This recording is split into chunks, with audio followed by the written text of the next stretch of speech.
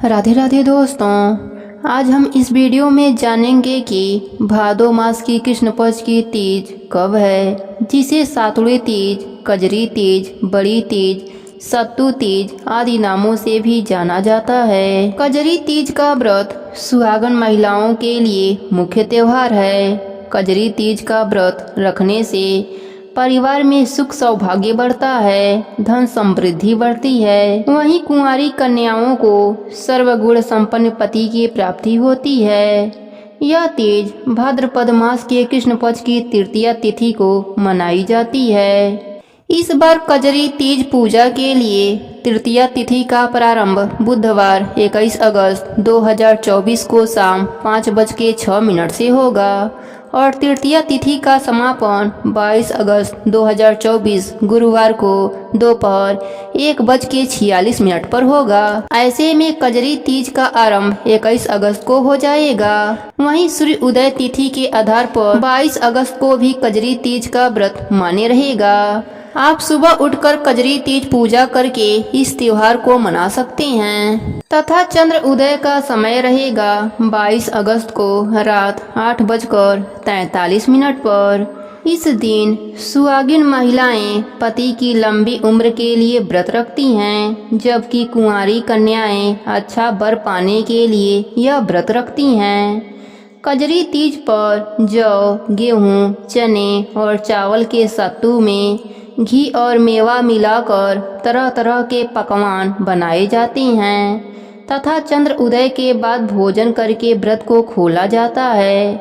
इस दिन गाय की विशेष रूप से पूजा की जाती है।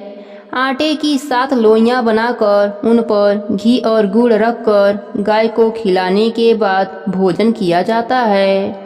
कजरी तीज पर घर में झूले डाले जाते हैं और महिलाएं एकत्रित होकर नाच गाना करती हैं। इस दिन कजरी गीत गाने का विशेष परंपरा है।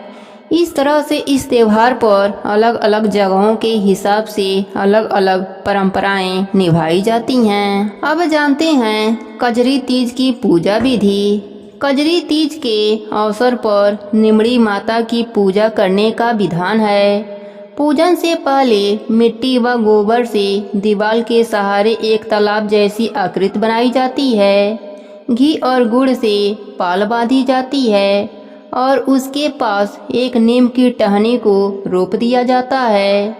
तालाब में कच्चा दूध और जल डाला जाता है और किनारे पर एक दिया जलाकर रख दिया जाता है। इस पूजा की सामग्री में नींबू, ककड़ी, केला, सेब, सत्तू, रोली, मौली, अक्षत आदि रखे जाते हैं। इसके अलावा एक लोटे में कच्चा दूध लिया जाता है।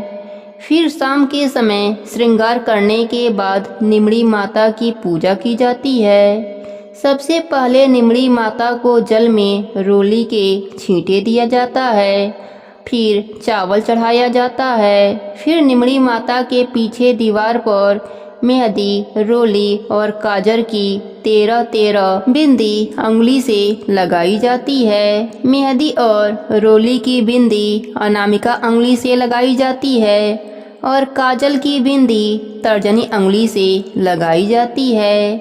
निमड़ी माता को मौली चढ़ाने के बाद मेहंदी, काजल और वस्त्र चढ़ाया जाता है।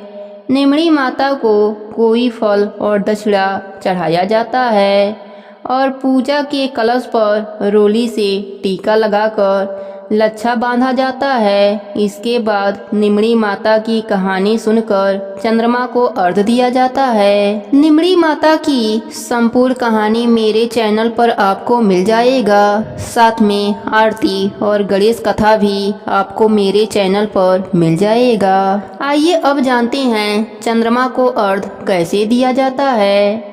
चंद्रमा को जल के छींटे देकर रोली, मौली, अक्षत चढ़ाएं, फिर भोग अर्पित करें तथा चांदी की अंगूठी और जो कहानी सुनते समय आपने गेहूं के दाने यानी आंखें हाथ में लिए थे उनके साथ जल से चंद्रमा को अर्घ्य दिया जाता है।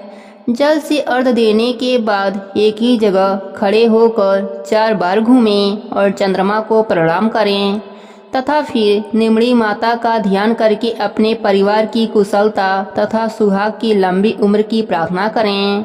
इस तरह से चंद्रमा को अर्घ्य दिया जाता है। यह व्रत निर्जला किया जाता है। यदि कोई स्त्री गर्भवती हो तो वह फलाहार कर सकती है। भाद्रपद में बारिश का मौसम होता है तो बहुत बार चंद्रमा दिखाई नहीं देते हैं। यदि चांद उदय न हो तो रात्रि में लगभग 10 बजे के बाद आसमान के तरफ अर्घ्य देकर व्रत खोला जा सकता है। अंत में पूजा में हुई गलती के लिए क्षमा प्रार्थना करनी चाहिए और फिर तीज माता का जयकारा लगानी चाहिए। प्रेम से बोलिए तीज माता की जय हो।